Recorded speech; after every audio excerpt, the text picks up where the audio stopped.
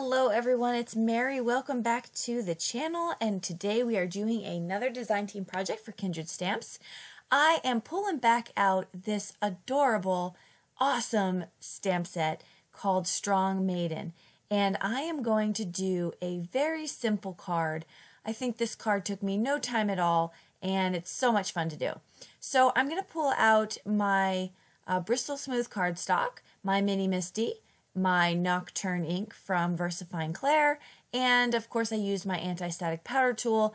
I poured clear heat embossing or clear powder over to heat emboss it so that I could have a nice little area to color.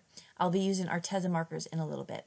But first, on the background here, I masked off my image, and I am going to use my T-square ruler, and I'm going to make some lines. Now I am just eyeballing this to where I think my sentiment is going to be able to fit, and I'm just going to go down the cardstock. Very, very simple to do. I even draw right over the mask, that's fine, but I am going to be placing the sentiment Praise Be all over the back of this card panel. And I put her in the lower right hand corner because I didn't go flush or really close to the edges, because I'm going to be using a rectangle stitch die to cut her down. So on here you could notice that I have magnets holding down my cardstock. That is so useful, and that's why I love my magnetic mat that I have here. And I do that because I don't want it shifting around. There may be, you know, my hand hits it, or the whatever is going to happen. The wind could come through and blow the thing off. but the magnetic mat is awesome.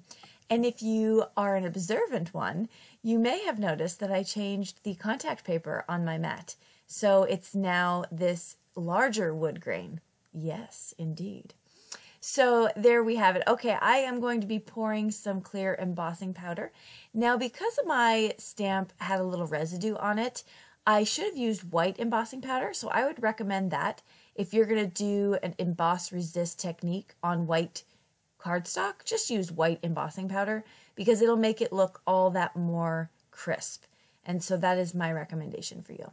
So I'm going to go down and complete this. Now I pulled off the mask as I poured the embossing powder over it, and I am cleaning off the image because the last thing I want is to have embossing powder where I want to color in a little bit. Okay, so I'm going to heat set that in warp speed. I wish my heat tool worked this fast, but alas, it does not. I had to speed this up.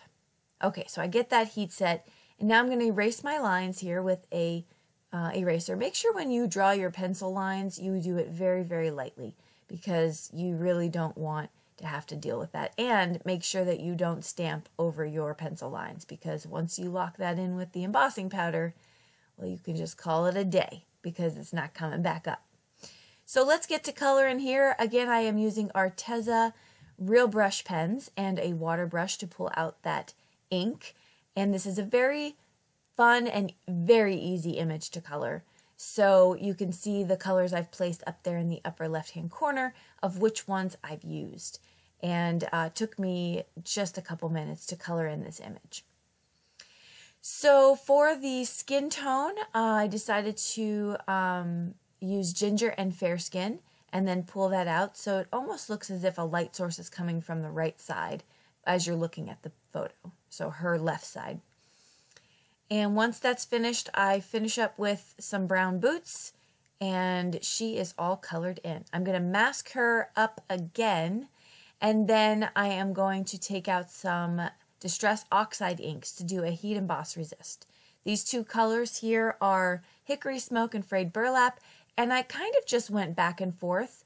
I started with the Frayed Burlap and then Hickory Smoke on the bottom, but then I brought that Hickory Smoke up into the top, and then it kind of just, they were mixing throughout. And I really liked how these two colors mixed.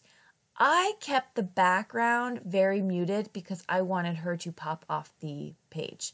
So because her coloring is so bright and vivid, that's exactly what I wanted. So I wanted that background to be very earthy.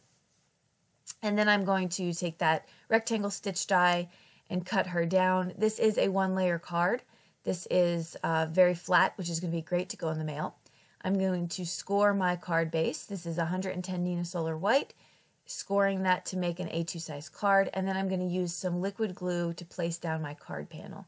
Now on the inside, I put your birthday, so praise be on the front and your birthday on the inside, but I thought it would be really funny if you wanted to alter this card a little bit. You can maybe have her holding a balloon, which I just think is funny because she's so somber and she's be holding a balloon.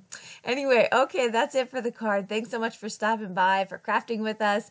Don't forget to head over to Kindred Stamps. Check out all the awesome new release that came out this month, and they're just so much fun. So go check it out, and I'll list everything I used below. If you have any questions, don't hesitate, let me know, and we will see you in the next video. Bye-bye.